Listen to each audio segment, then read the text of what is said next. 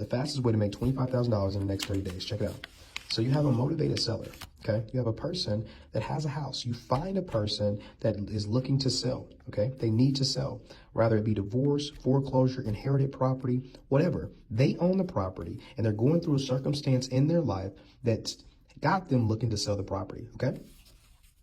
You then contract the property, okay? So you find a price by looking at the comps, which is comparable sales in the area, to contract the house at a price that makes sense, all right?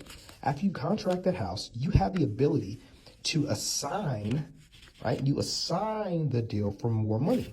So you assign the deal down to an investor that's looking. Investors are always looking for deals to either make it an Airbnb, make it a rental property, make it a fix and flip, anything like that. They're looking to do those things, all right?